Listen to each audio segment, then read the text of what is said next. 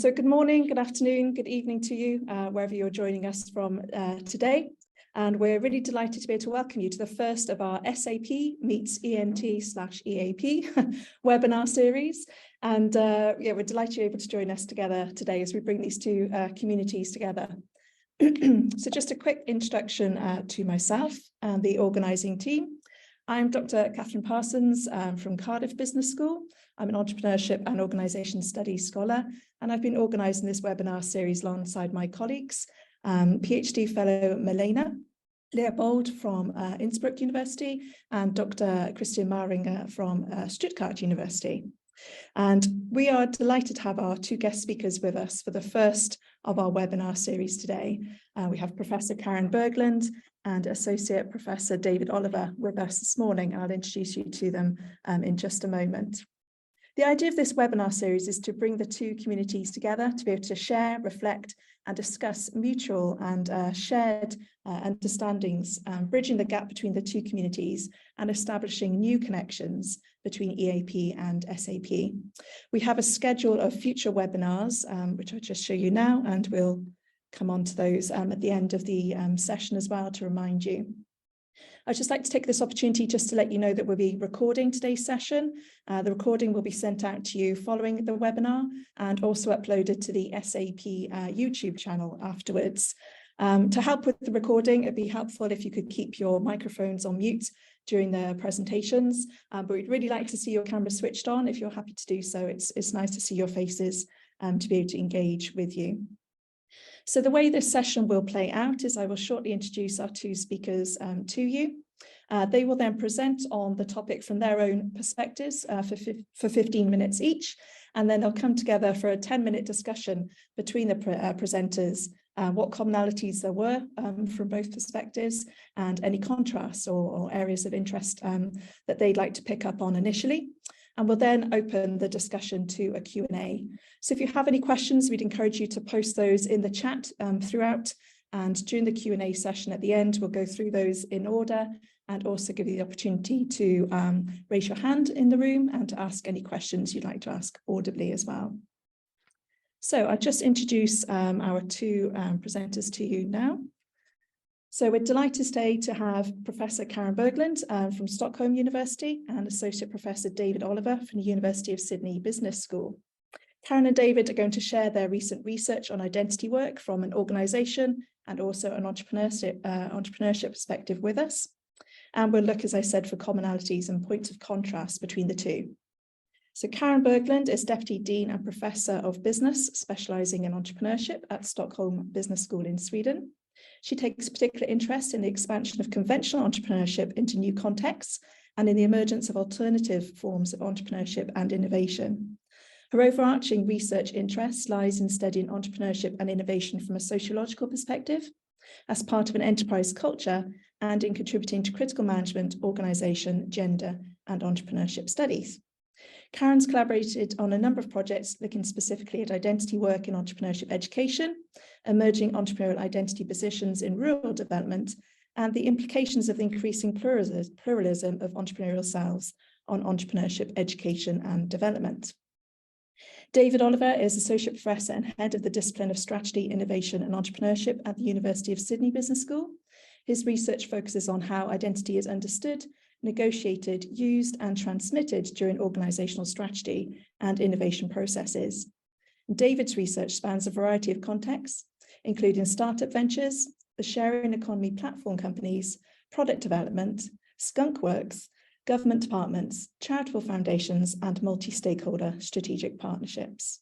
So I'll now hand over to our speakers to share your screens, if you will, and to kick off this first of our EAP meets SAP webinar series. Thank you very much.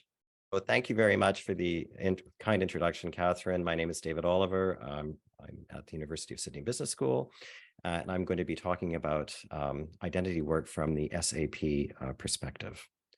So just for those of you who are less familiar with, can advance to the next slide, with SAP, strategy as practice emerged alongside the field of strategy, which focused very much on strategy as an object.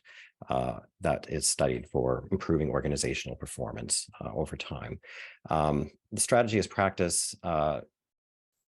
focuses very much on strategy as something that people in organizations do, whether it includes studies of practitioners themselves, those that are engaged in strategy, but also those are practices and praxis that occurs in organization that pertains to strategy. So this development of strategy from evolution of strategy from more of an object to a process has been paralleled in the field of identity, where initial studies on identity focuses very much on the sort of the continuity, the sort of the sameness that occurs over time on an individual level. An identity work perspective focuses very much on processes by which identity is developed and changes over time. So if you can advance through the PowerPoints or the spots. So how identity is formed, repaired, maintained, strengthened, or revised, for example, over time. Now, this is identity work is a very important concept that can occur on both individual and organizational or collective levels. So as these collective levels, identities on higher levels of analysis develop, this is something that's relevant with identity work. I'm sorry, can you advance? It's kind of fast through the points, please, Catherine. Thank you. So the strategy and identity both come from very distinct traditions, and yet they both have something to say that's important for organizational life. So this has led to studies of sort of the nexus of the two. There is they both provide a sense of coherence and stability in organizations, which is helpful. They also are very intertwined. And this is, I think, what's very interesting to those of us who work with it. As organizations engage in strategy activities, they often refer to the identity of the organization. So the identity of the organization can also influence strategic decision-making. This nexus has led to, among other things, a special issue in Strategic Organization in 2020, which is a series of articles that dig into the strategy identity nexus in more detail. So I would strongly recommend looking at those if you're interested in this topic further. So in terms of organizational level identity, this is the level of identity that has drawn the most interest from strategy scholars to date. Strategy is a concept. Strategy tends to involve the whole organization, which is why organizational identity at organizational level, I think, has attracted so much interest. There are many definitions of organizational identity. I mean, a very simple one is who we are as an organization. What do we stand for? Why are we here? And organizational identity is, again, not something. Initial studies focused very much on identifying the core attributes of organizations over time, but more recent work is focusing very much on the process of becoming. So thinking of organization identity as more of an ongoing accomplishment rather than something an organization has. Organizational identity work is a manifestation of this. So looking at all the different ways in which individuals and collectives and organizations create, sustain, share, and or change organizational identity. And I think what an organizational identity work perspective also brings us is as an understanding that rather than looking for some sort of essential element of an organization, we understand that organizational work can be contentious. It can lead to tensions. It's not necessarily subject to a high degree of consensus. So it is often something that's debated in organizations over time.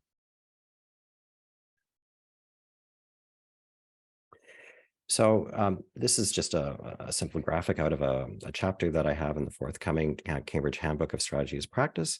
And I think what's important here is to see the different schools of thought on strategy and identity and what this means and how they come together, what the nexus looks like in each of these schools of thought. So if we think of strategy in terms of its content, this is the tradition, this is the bulk of the strategy field, tends to look at the content of strategy, and identity studies looking at identity attributes. Here we can think of identity as a as a resource for organizations. So this organizational identity you sometimes read in this work can be considered an element of an organization's competitive advantage, for example. More processual approaches to strategy, however, are different. And here I think this aligns more to the identity focus of as a frame. So identity colors how we see the world. And in this case, the implication of identity for strategy is that of a lens. So the organization's identity, in fact, impacts how it views stakeholders, participants in its environment, opportunities, threats, and so on. And so we have a body of work that's taken this perspective. But I think the most interesting for strategies practice scholars' perspective is the third, which is drawing on a strategy process grounded in practice, identity focused on process. And here we can think of identity as work as important. So as organizational identity is developed, contested, sustained in organizations, this impacts the strategic practices that the organization is engaging in, and vice versa. As individuals in the organization engage in practice, that in turn circles back and influences its identity. So to sum up, in organizational identity work and strategic practice work, I think this is, we can see that the two inform each other, particularly strategic practices. So as we engage in organizational identity work, practice is impacted.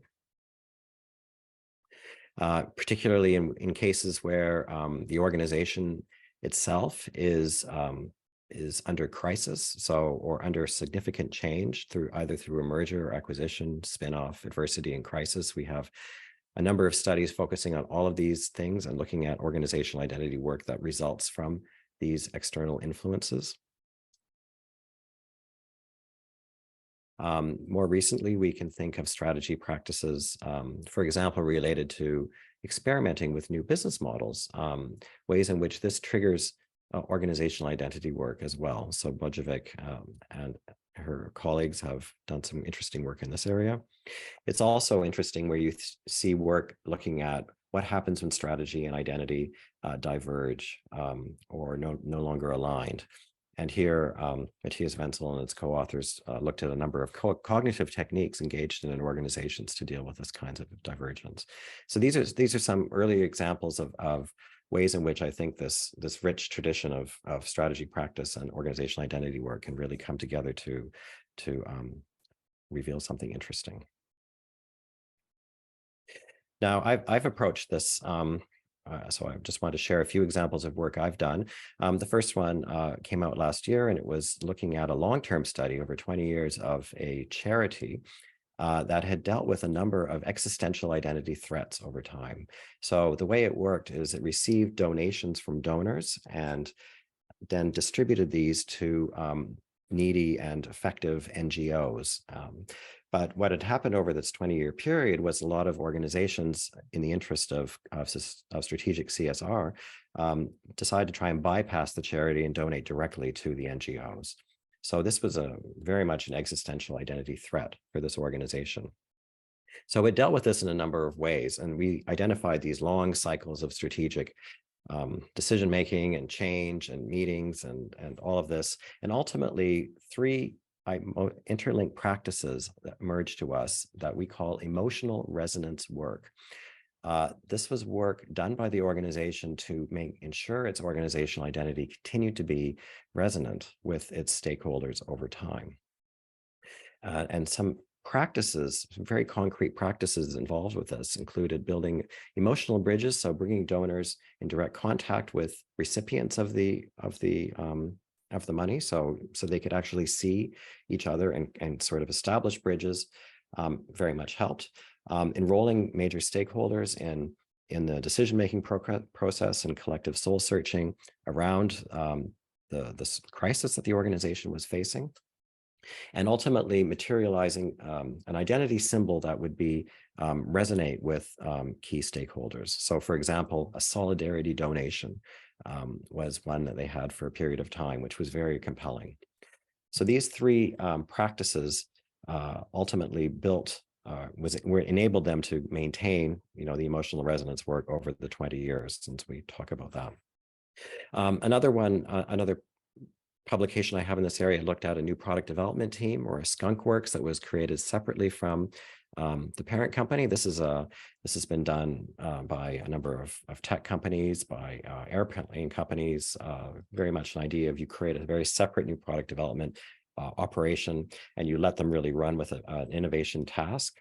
What happened over time with this one was the individuals in the skunk works began to identify more with their team than with the parent company. So they became in many ways over-identified with the team, which meant that when they were reintegrated into the parent organization, they almost all of them left the organization over time. So the identity work angle here really revealed this tension between team level and organizational level identity, and also some of the dangers associated with over-identification. And we also suggested some ways in which these dangers might be ameliorated.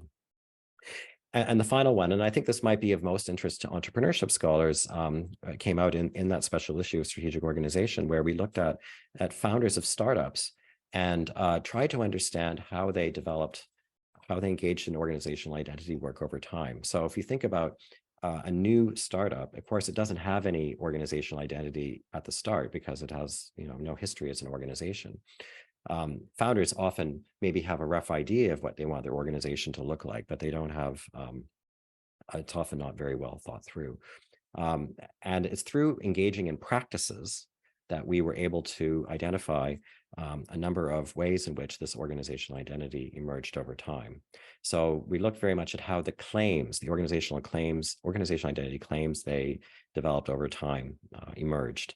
And it's things like practices related to hiring, training, selling, pricing, creating a business plan, registering, all these very basic practices cued sense-making around the organizational identity for the founders in a number of ways. Either it identified what we call an identity void, which is an area where there was no identity yet for the organization, so they sought to kind of fill that in.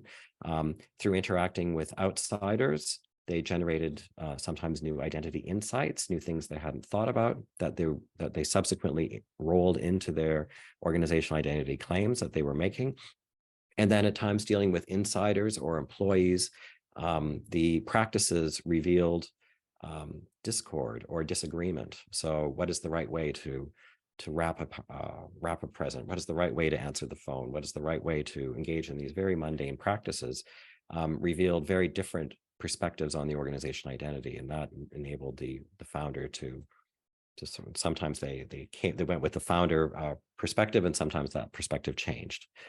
So anyway, these are just a few ways I've tried to approach, my colleagues and I have approached identity work from a strategy as practice perspective. And I'd be very happy to discuss these further or answer any questions or have a debate after Karin's chat. That's great. Thank you so much, David. We'll pass straight on to Karin for your presentation. If you want to give it a go, sharing, Karin, otherwise I can do that for you. So thank you, David, and thank you for introducing the audience to practice theory. I'm very honored to be invited, but I must admit that I'm not really identifying, ironically, with the EAP. Perhaps from the beginning, but EAP has emerged during my time as a scholar. So from the start, I was actually more into kind of critical entrepreneurship studies, and I can see how these two meet, and perhaps that is something we can discuss later on. So as with David, I see that, the kind of identities about the saying and doings in this context of entrepreneurship, where I think creativity and novelty may emerge. So it's not only to me about, entrepreneurship as, business startups or doing business, but in my view, I look at entrepreneurship in a more broad way And I actually think about that we live in an entrepreneurialized society. So to me, the context of entrepreneurship is much broader. And the key concepts that I've been working with is entrepreneuring, of course, process, everydayness, relationality, socio-materiality, the becoming, of course, the becoming that is always kind of a signature to these kind of processes that we are studying. And I believe that practice may help us then envision other practitioners than the entrepreneur and other contexts of entrepreneurship, and to help us to experiment with methods. And just as a note, I'm also a bit kind of reflecting upon that there may be also a way to perpetuate the status quo of the human-centered entrepreneurship studies, because we have such a focus on identity and the entrepreneur. And I will talk a bit more about that. So with identity as work, I started out with a discourse view, understanding then the entrepreneur as an identity that is created, you know, and at each and every turn of life and in different contexts of society. I don't view identities as fixed, but they are always in process, always negotiated, scripted differently. And I've been using the concept of positioning. If you haven't read Harry and Davis, I suggest you do that, because it's a wonderful way to see how we kind of work to position each other in different ways, and how that brings up perhaps identity struggles sometimes and conflicts, etc., of who we are and why that is important in different contexts. And with a practice perspective, I believe that more subtle manifestations such as embodiment, materiality, and silence that I'm working with at the moment should also be included in the study of identity work. So saying something about then the context and the theory of entrepreneurship in entrepreneurship studies, I think this is something that we continuously struggle with. The entrepreneur, it's a very solid identity. In my view, it's we can kind of trace this back to the Enlightenment and the idea of the autonomous self. And in entrepreneurship, this is from a textbook where they say that entrepreneurs cause entrepreneurship, thus entrepreneurship is often described as the function of the entrepreneur. So those two are so entangled that it's sometimes difficult to approach it in other ways. And that's why we need this kind of experimentation. And following then the founding father, Schumpeter, he viewed then entrepreneurs as very different from other people, why we have this kind of ideal of the entrepreneur, and viewed this person, which was a man, so this is also of course a very male gendered phenomenon, as someone who was able to swim against the stream here, so someone with the strength to go in another direction.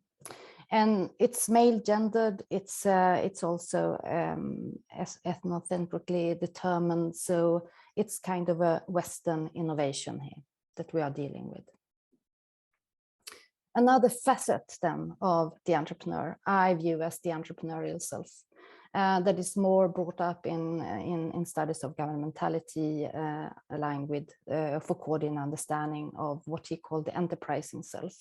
So if we look at the entrepreneur, that's more about the agentic self. And when we read about the entrepreneurial self, then we find, of course, also the agentic, autonomous self, but also the governable individual, the free individual that can be governed then through this activity in a productive way. And I have also paid interest to this facet then of the entrepreneur. So it's not only about, you know, those that are materialized into practitioners of the entrepreneur, but also the kind of expectation that comes with living in the society and to taking care of ourselves, be flexible, making our lives into a project, etc. So to me, the facet, it's a double facet of understanding this kind of identity. And what I'm fascinated with here is how the entrepreneurial self in contemporary society seems to come with this very strong prescriptive force that metaphorically can be seen as a strong current. So nowadays, I would say that we all seem to must swim in this strong current. It's not only the entrepreneur. And the question we could ask then is, do contemporary entrepreneurs really swim against the stream? Or do they swim, with the stream? And who then are making innovations? Or as researcher, are we looking for entrepreneurship in all the wrong places? So I think this poses a lot of questions when it comes to how we approach the field and with what methods. So coming into my research, these are some pictures from my studies. I'm very empirically interested in entrepreneurship. So I'm interested in finding, different facets, looking into how it's empirically, how it emerged in different contexts. So this is my interest. And then to use a broad kind of repertoire of theories to understand this. And I'm not looking into the center. I'm not looking into business making business, although this is maybe part of, my studies, but I'm trying to see how this is working with the periphery and the center. So some of my examples is, for instance, following the Criminals Prevention Society. I've been looking into entrepreneurship in school.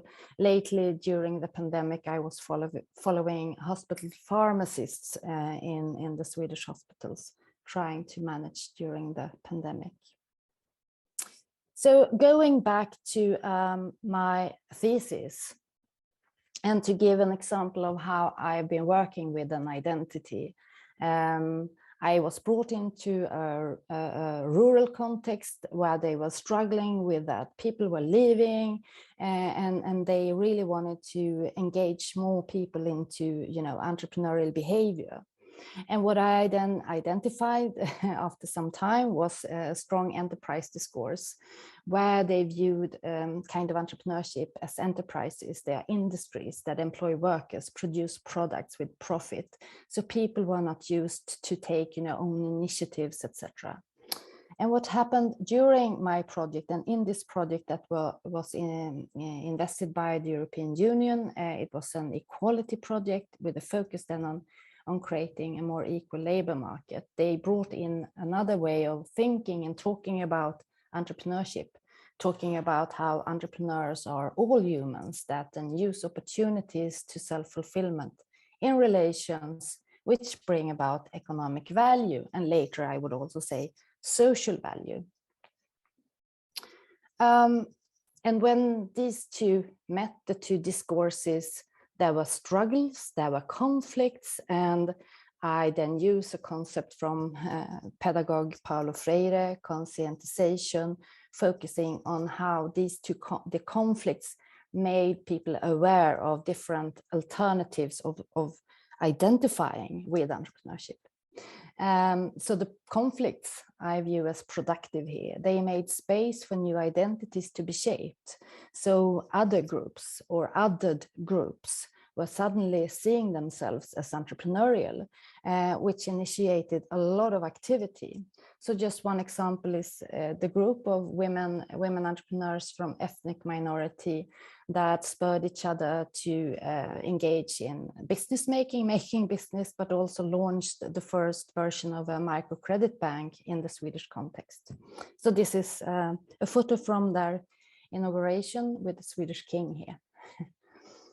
And when I, 10 years later, looked back on this project with this other lens of the entrepreneurial self, I could see another facet, that the alternatives that were brought about in this project could also be read as aligning then with the expectations in society to become, more entrepreneurial, in line with this kind of neoliberal process where we have seen publicly organized social welfare exposed to then the logic of private sector competition.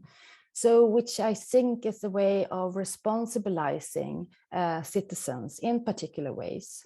So here we could see that shaping one's life then becomes linked to a new kind of social and entrepreneurial expertise and these expectations. So it's not only about, getting a job, it's about making it in the in this society. And of interest is then the tendency, because I followed some of these initiatives for a long time, is the tendency that the productive collective conflicts that I could see emerge during the project, they disappeared, and instead they were internalized by the individual, kind of, pushing themselves to transgress boundaries, to take responsibilities, the struggles were internalized. So in my view, this is kind of a shift from, it's not only about being entrepreneurial or an entrepreneur, but we are introduced here through different projects and initiatives to an entrepreneurial ways of living life. I'm very happy to see that my brilliant co-author and dear colleague, Signe Hedebo Fredriksen, she's in the audience today. So I wanted just to give you also a look upon what can happen if you look into identity work in a higher education context. So this empirical work was made by Signe. And when we work together, we could see in this context how they try to incentivize students to become entrepreneurial by setting new rules. They try to activate the authentic entrepreneurial self. So the practice of setting new rules, they refer to how the teacher here tries to engage students in understanding themselves as entrepreneurial individuals. And the students, they were encouraged to search for and make the inner selves available to themselves, and to show that in the class and to link that to entrepreneurial opportunities. However, the majority of students, they really struggled here in the class. They didn't do that well.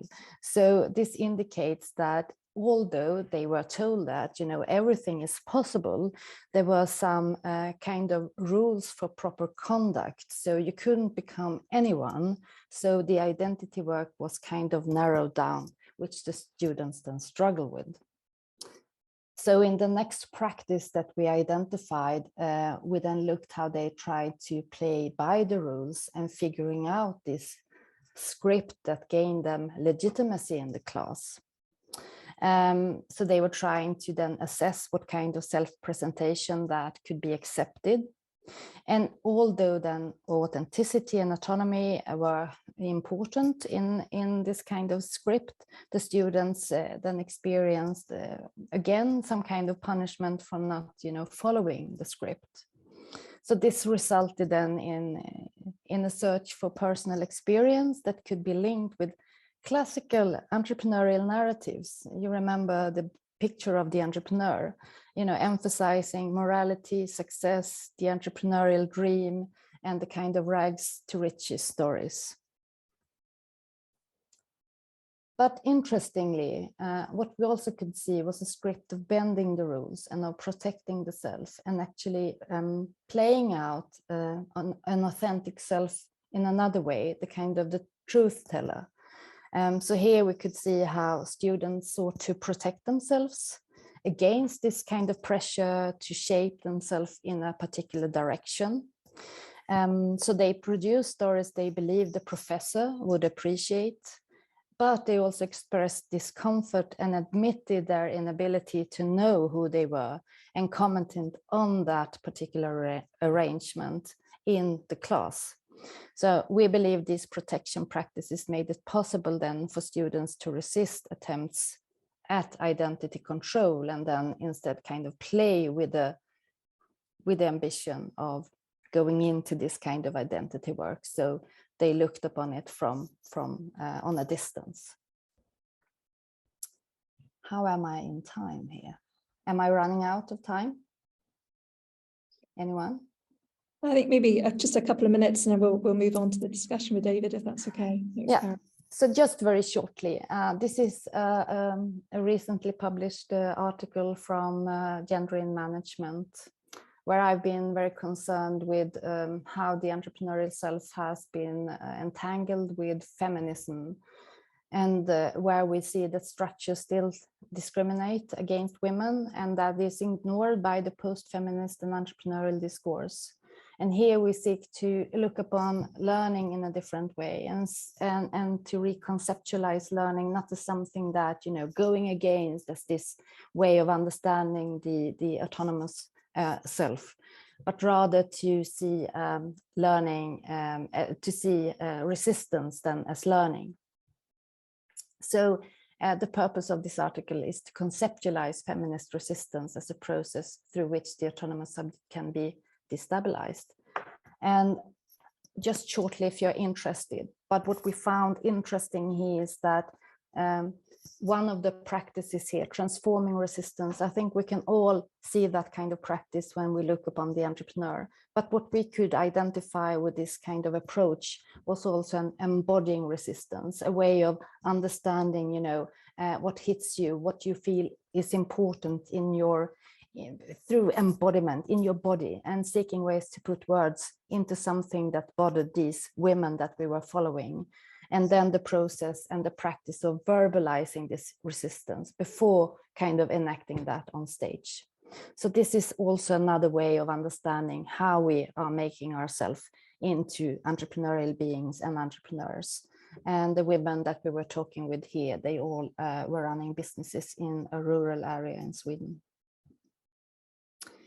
So where is the field going from my perspective? I would hope to see that critical and practice understandings move to the center together.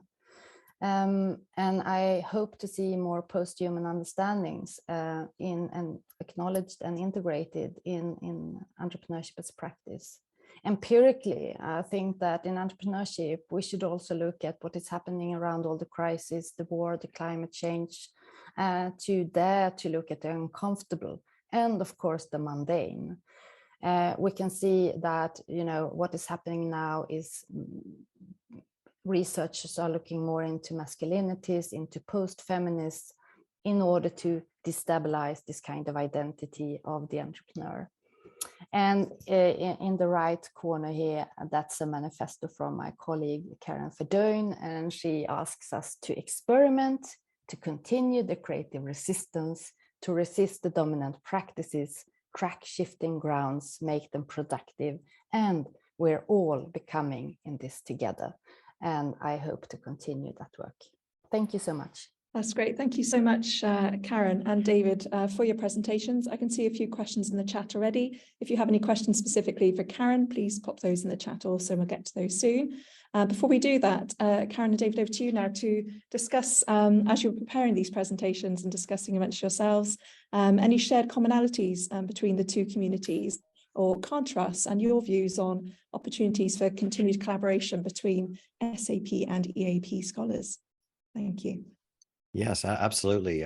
Maybe if I can go first, what I found really interesting, Karin, in listening to your presentation and listening to the way the entrepreneur is held up traditionally in that field, it really resonates with the field of strategy, which comes to us from the military, where you have the the classical view of the strategist, standing in the field.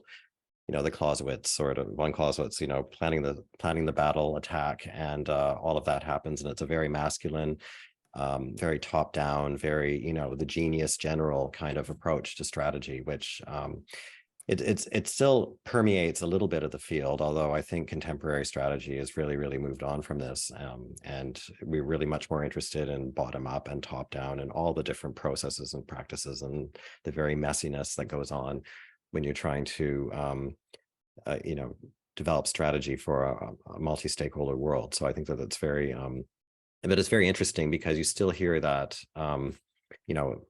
the focus on the strategist, and there is a bit of work in strategy as practice that does look at that from a much more critical perspective. I mean, some of the work that Nick Beach and Julia Berglund have done, looking at unpacking the kind of the view of the strategists and really understanding them much more closely, following them, becoming close with the strategist. There's a lot of methodological work looking at journaling and trying to really get inside the heads of people that are actually engaging in strategy at the leadership of an organization or the top management team work. So I think that that's an interesting parallel, that both fields seem to be moving beyond this, the heroic entrepreneur, the heroic strategist.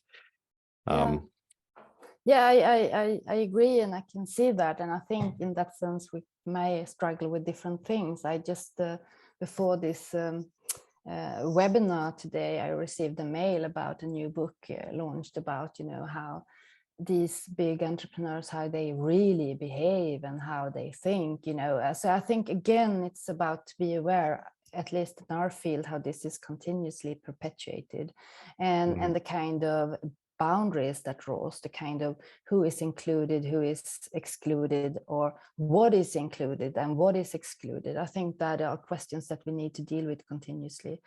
What I'm fascinated in, when I compare with your studies and when you bring this up to kind of organizational identities, that when I've seen colleagues and myself, and we seek to make this into more a collective phenomenon, it's like, we lose the connection to entrepreneurship. So we get questions. So this is not about entrepreneurship. So when the collective dimension comes in and takes over, so then it becomes organization research. So I think here we can really learn from strategy as practice to move further, and to kind of problematize this kind of individualism that we can see so strongly in the field. So I'm very fascinated with your focus on the organizational identity. And for instance, I've been thinking a lot about professional identity, professions that have been really entrepreneurial in different contexts, different circumstances, as I could see that the hospital pharmacists were during the pandemic, because they had to kind of invent themselves here, because there were no available drugs in the hospitals in the beginning. So that's how I can see some connections then. Yeah. Do you think entrepreneurs is that a profession? I mean, that's I think that's an interesting question. I mean, I know that professional identity work often gets, I mean, there's occupational identity, professional identity, there's a variety of different flavors of it. Professional identity, and I don't necessarily agree with this, but there's this idea that there's a profession behind it with some kind of rites of passage or some kind of, like a doctor or a lawyer or something like that. I would say that, that there are many professions that can be entrepreneurial, that can be very innovative and do novel things, but it's like we lack a lens and a language and kind of to sense make that. So when we look upon that, then we put other concepts on them. And of course, that's also a kind of a hierarchy. So the entrepreneur is still untouchable at the top. Are you, but I mean, I guess in that one paper, the last one I presented, which I said, I think it's really interesting, maybe as a bridge or just moving towards a kind of a bridging thing, is this idea that, and I think it cycles back and forth. You have a founder that's sort of building an organization, and then there's this idea that it's the founder doing the work and the organization is the result. But what I find intriguing, and maybe is a fertile collaborative ideas, is what happens when the organization influences the founder and how the founder sees him or herself, and the founder develops in this co-constitutive way with the organization. I mean, I think that maybe is that an area that is being studied in your field? Yes, I can. I need to make some kind of translation. But yes, of course, I think we have different studies, but I've never seen that you can draw such strict boundaries between the founders and the employees, because this is a relational process, and of course you're entangled in that together. And often when there are no strict boundaries, you need to kind of co-construct, this kind of organization or organizing that moves into an organization later on. So I would say that is also very much a social and a collective work, but then it ends up in saying that it was a founder and then there was the organization. So we kind of, I think that very process is something that we should go more into. And I would actually see in the opposite, where the kind of founder, the entrepreneur, is enacted upon by others. Yes. So becomes kind of a spokesperson for others involved in the process. Yeah. Oh, that's fascinating. And then practices, I guess, is another concept that kind of runs across as one of the reasons for this talk. Is practices are something that, well, they're not easy to conceptualize, but they do have some, it's a little bit something that's outside. Well, the individual is entangled with them, but they are, you can think about practices and bundles of practices that a founder is leading or perhaps participating in, that are strategic or that are part of identity work or organizational identity work. And then the practices can be the focus, which takes it off the person a little bit, I guess. Yeah. And that you may choose, but you may also not be able to choose some practices. So I mean, it comes kind of with a package of the context and where you come from, the experiences, and so we are all part of that. I think that, it's not only about inventing new practices. So, but we in my view, we could really get another view of entrepreneurship from understanding it from a practice perspective. But I would like to see it more decentering the human and looking into other aspects of how practices are kind of entangled with the context, with the socio-material world.